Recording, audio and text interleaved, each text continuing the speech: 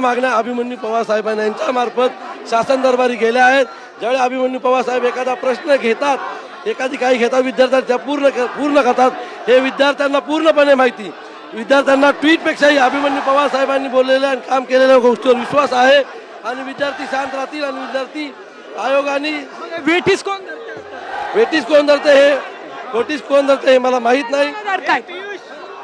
जे धरतायत त्यांना विचारा, त्यातलं काय माहिती आहे त्यांना। काँग्रेसवाले आता वेटीस धरतायत।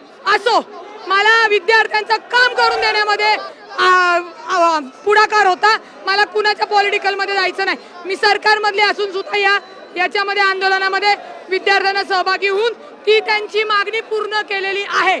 आता जे वेटीस धरतात ते काँग्रेसवाल्यांची लोक वेटीस धरत आहेत। अभिमन्यू पवार साहेबांनी हा विषय पूर्ण केलेला आहे। विद्यार्थ्यांच्या मागण्या होत्या त्या पूर्ण झालेल्या आहेत।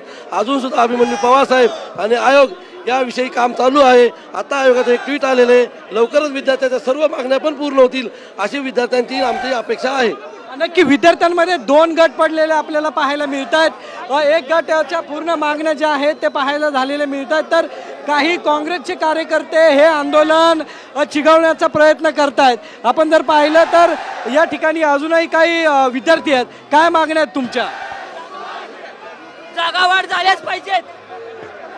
सरकारने फक्त एक मुद्दा हाती धरलाय, पण जागा वाढीच्या बद्दल काहीच बोललेलं नाहीये। सरकारने जागा वाढल्याशिवाय आम्ही इथून कोणाला हलणार नाही। पण काल वेगळे मुद्दे होते, आज वेगळे मुद्दे नव्हते, हा पण मुद्दा निश्चित सागर, आपल्याला त्यांच्या भावना लक्षात आलेल्या आहेत। दरम्यान काही परीक्षार्थींनी काही वेळापूर्वी सुद्धा प्रतिक्रिया व्यक्त केलेली, ती सुद्धा आपण सविस्तर प्रेक्षकांपर्यंत पोहोचवूया।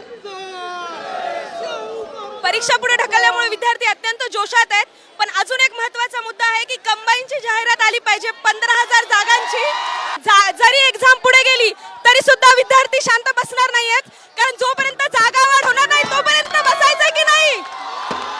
मुलांची मागणी अशी आहे की ॲग्री ॲड आणि राज्यसेवा ॲड ही एकत्रित करून नवीन ॲड आली पाहिजे आणि परीक्षा लवकरात लवकर घेतली गेली पाहिजे। आमच्या जागा तुम्ही वाढवणार होत्या, त्याचं काय झालं? तुम्हाला तुमच्या सत्तेत येण्यासाठी, जागा वाढवण्यासाठी तुम्ही 50-50 खोके देता, मग आमच्या जागा वाढवण्यासाठी एका रात्रीत असे निर्णय का होत नाही, असा सवाल मी या सरकारला विचारतो। एकंदरीत विद्यार्थ्यांची मागणी आहे की राज्यसेवासाठी सुद्धा जागा वाढ झाली पाहिजे, कंबाईनची ॲड आली पाहिजे। आज इथे पाहतो आपण हजारो संख्येने विद्यार्थी आहेत, आम्ही सुद्धा आहोत त्याच्यामध्ये सामील। आम्हाला नियुक्ती नाही, त्यांना आज जाहिरात नाही, तर कुठेतरी हा अन्यायच होत आहे आमच्यावर। खाली बसून घ्या, खाली बसून घ्या। आपलं आंदोलन असं चालू राहणार आहे शांततेच्या मार्गाने। सहभागी झालेल्या परीक्षार्थींच्या भावना आपण जाणून घेतलेल्या आहेत। त्या ठिकाणी 25 ऑगस्टला होणारी परीक्षा आता पुढे ढकलण्यात आली आहे।